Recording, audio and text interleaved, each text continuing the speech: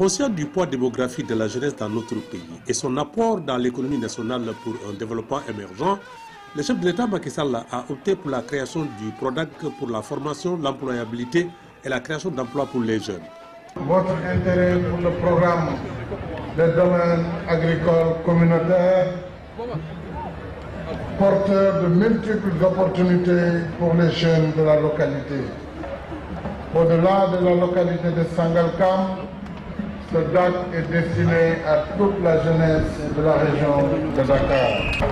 L'apport de la jeunesse pour le développement durable n'est plus à démontrer. En effet, par son dynamisme, son ouverture et sa capacité d'innovation,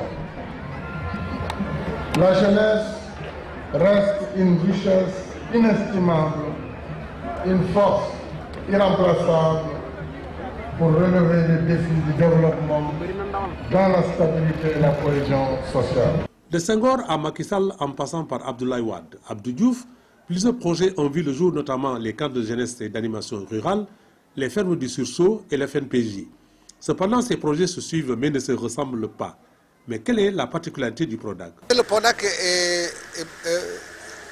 occupe le secteur primaire comme substrat de création d'emplois. Et aussi la transformation des produits sur toute la chaîne des valeurs, nous créons des emplois. L'aquaculture étant l'activité qui a une grande valeur ajoutée, qui a une forte croissance, nous avons fait l'aquaculture un adossoir pour la création d'emplois. Aujourd'hui, nous sommes satisfaits parce que nous avons mis en place un modèle durable et économiquement rentable, très rentable, au point que les emplois réels sont perçus dans l'agriculture.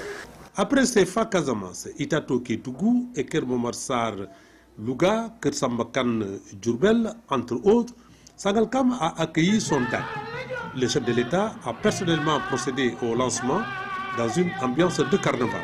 Je suis très heureux, Monsieur le ministre du Travail, de l'Emploi, j'allais dire, et Monsieur le ministre de la Pêche, de procéder au lancement aujourd'hui du DAC de Sangalkam, qui va contribuer à restaurer la vocation nourricière des Niayes au bénéfice des populations de Bambilor, de Diamniadio, de Sangalkam, de Sébikotane, bien entendu de Sangalkam et de tout le département de Rufisque, mais aussi de la région de Dakar. Sangalkam et ses environs étaient tous sons et toutes couleurs.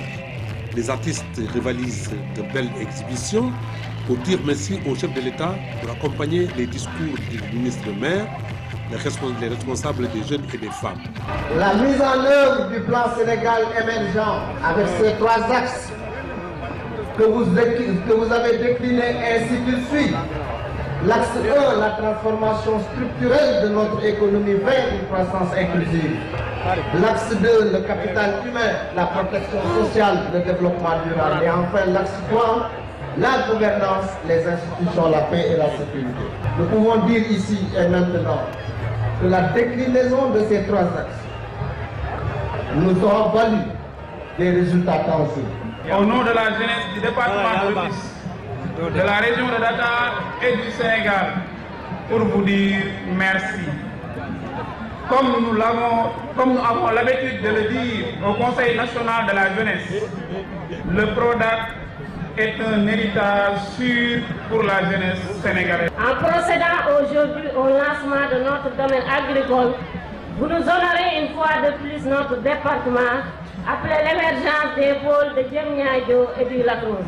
Par ma voix, les femmes de Bambilor, les femmes de Sangalkam, les femmes de Sébikotane et les femmes de Diamniadio vous disent merci. À Sangalkam, il est prévu un aménagement de 200 hectares sous serre pour la production avicole et piscicole avec des équipements d'irrigation de dernière génération, mais aussi de conditionnement et de transformation des produits agricoles.